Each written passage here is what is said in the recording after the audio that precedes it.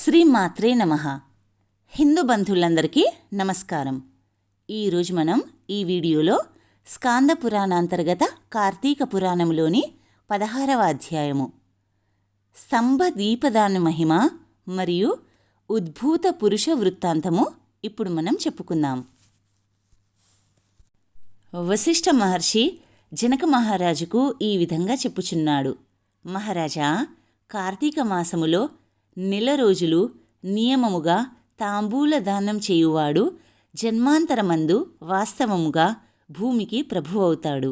కార్తీక మాసములో నెల రోజులు పాడ్యమి మొదలు ఒక్కొక్క దీపమును హరి సన్నిధిలో వెలిగించినవాడు పాపాలను పోగొట్టుకుని వైకుంఠమునకు వెళ్తాడు. కార్తీక మాసములో పూర్ణిమ నాడు సంతానమును కోరి సూర్యునుద్దేశించి స్నానము దానము చేసినచో సంతానం కలుగుతుంది.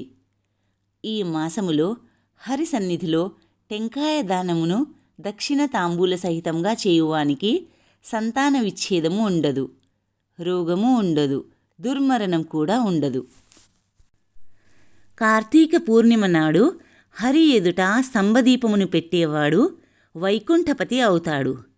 ఈ మాసములో హరి సన్నిధిలో స్తంభదీపము అర్పణ చేసేవారికి కలిగే పుణ్యమును చెప్పుట నా తరం కాదు. కార్తీక మాసములో పూర్ణిమ రోజున స్తంభదీపమును చూసేవారి పాపములు సూర్యోదయం కాగానే చీకట్లు నశించినట్లు నశిస్తాయి. స్తంభదీపమును శాలిధాన్యము, వ్రీహిధాన్యము, నువ్వులు ఉంచి దీపమును పెట్టవలెను. శిలతో గాని కర్రతో గాని స్తంభమును చేయించి దేవాలయము ఎదుట పాతి దానిపైన దీపమును పెట్టేవాడు హరికి ప్రియుడవుతాడు.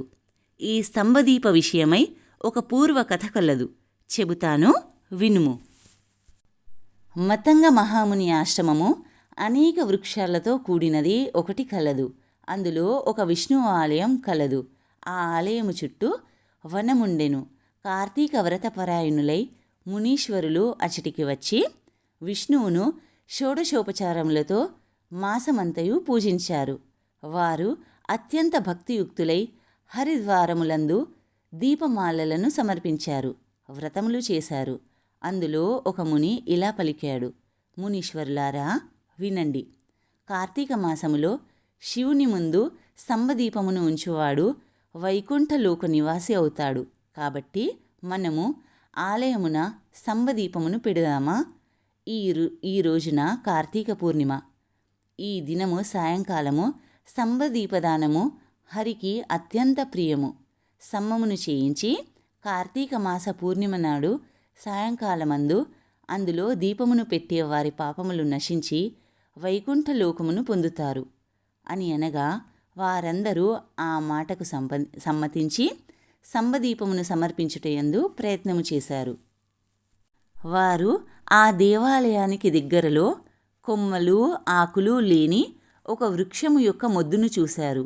కార్తీక వ్రత సముత్సాహులైన వారందరూ కలిసి ఆ స్థానమునందు శాలి వ్రీహి తిల సమేతముగా దీపమును నీతితో వెలిగించి ఆనందించి తిరిగి దేవాలయమునకు వచ్చి హరికథను చెప్పుకోసాగారు. కథ చెప్పుకునుచుండగా దేవాలయము ఎదుట చటచట అనే శబ్దములు కలిగి స్తంభదీపము నశించి అందరూ చూస్తుండగానే ఆ స్థానం అంతయు పగిలి భూమి యందు పడిపోయెను. అందులో నుండి దేహమును ధరించిన ఒక పురుషుడు బయటపడెను. అంతటా ఆ మునీశ్వరులు కథను చాలించి దేవాలయం నుండి బయటకు వచ్చి ఆ దృశ్యమును చూసి ఆశ్చర్యపడి అయ్యో అయ్యో అని ఆ పురుషుణ్ణి చూసి ఇలా అడిగారు: నీవు ఎవరివి? ఏ దోషము చేత మొద్దుగా మారావు? ఆ విషయమంతా త్వరగా చెప్పుము అని అడుగగా అతడు వారందరికీ దండ ప్రణామము ఆచరించి సంతోషముతో అంజలి పట్టి ఈ విధంగా చెప్పసాగెను: ఓ బ్రాహ్మణోత్తములారా, నేను పూర్వజన్మలో ఒక బ్రాహ్మణుడను. రాజ్యమును పాలించేవాడిని. ధనము, గుర్రములు, ఏనుగులు, రథములు, కాల్బంటులు మొదలైన సమస్త సంపత్తులు కలిగి దయాశూన్యుడనై దుష్టవర్తన కలిగిన వాడైతిని. నేను వేదశాస్త్రములను చదవలేదు, హరిచరిత్రను వినలేదు, తీర్థయాత్రలకు కూడా వెళ్ళలేదు. స్వల్పమైన దానము కూడా చేయలేదు. దుర్బుద్ధితో పుణ్యకర్మ చేయలేదు. నిత్యము నేను ఉన్నతాసనమందు కూర్చుండి వేదవేత్తలు, సదాచారవంతులు, పుణ్యపురుషులు, దయావంతులు, సదాశ్రయకాములు అయిన బ్రాహ్మణులను నా ముందు నీచాసనములందు కూర్చుండబెట్టి వారికి అభిముఖంగా పాదములను చాచి కూర్చుండేవాడిని. వారికి ఎన్నడూ నమస్కారములు చేయలేదు. వారి ఇష్టార్థములను ఇవ్వలేదు. సర్వకాలమందు వారికి ఎన్నడూ ఏ దానము ఇవ్వలేదు. ఒకవేళ ఎప్పుడైనను దానమివ్వక తప్పని ఎడల ధనము లేకుండా ధారాదత్తము చేసి తరువాత ధనము ఇచ్చి ఉండలేదు. శాస్త్ర శ్రవణ సత్స్వభావ సంపన్నులు వచ్చి రాజును కనుక నన్ను యాచించేవారు. అప్పుడు సరే ఇస్తాను అని చెప్పి ఎన్నడూ కూడా దానమివ్వలేదు. నిత్యము బ్రాహ్మణుల వద్ద ధనమును పుచ్చుకొని స్వకార్యములను చేసుకునేవాడిని. మరలా వారికి తిరిగి ఇచ్చేవాడిని కాదు. నేను ఇలా దుర్బుద్ధితో దినములు గడిపాను. తరువాత ఆ దుష్కృత కర్మ చేత చనిపోయి నరకమందు అనేక యాతనలను అనుభవించి తిని తరువాత భూమి మీదికి వచ్చి 52,000 సార్లు కుక్కగా జన్మించి తిని అనంతరము 10,000 సార్లు కాకిగా పుడితిని.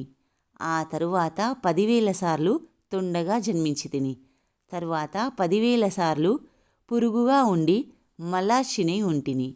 ఆ తరువాత 1,000,000 సార్లు వృక్షముగా ఉంటిని.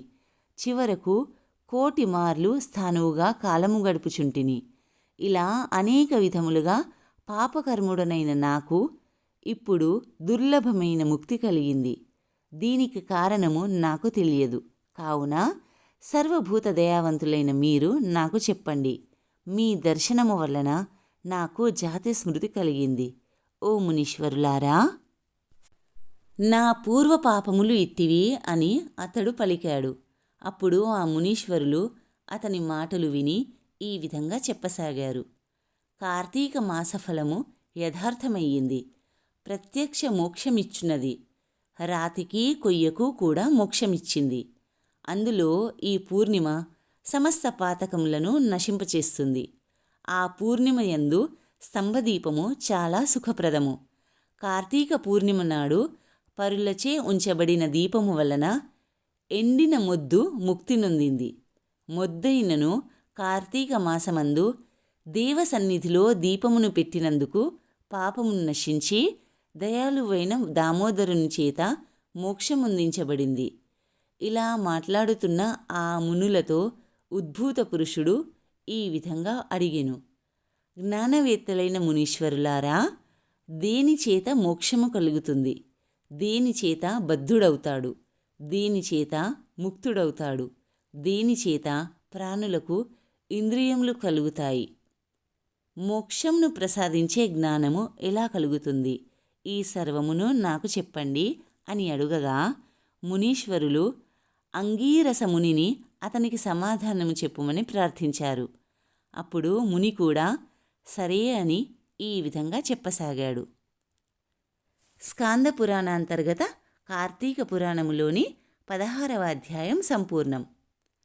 దేవాదిదేవులైన పరమేశ్వరుడు మరియు శ్రీ మహావిష్ణువు యొక్క కృపాకటాక్షాలు, ఆశీస్సులు సదా మనందరిపై ఉండాలని కోరుకుంటూ స్వస్తి.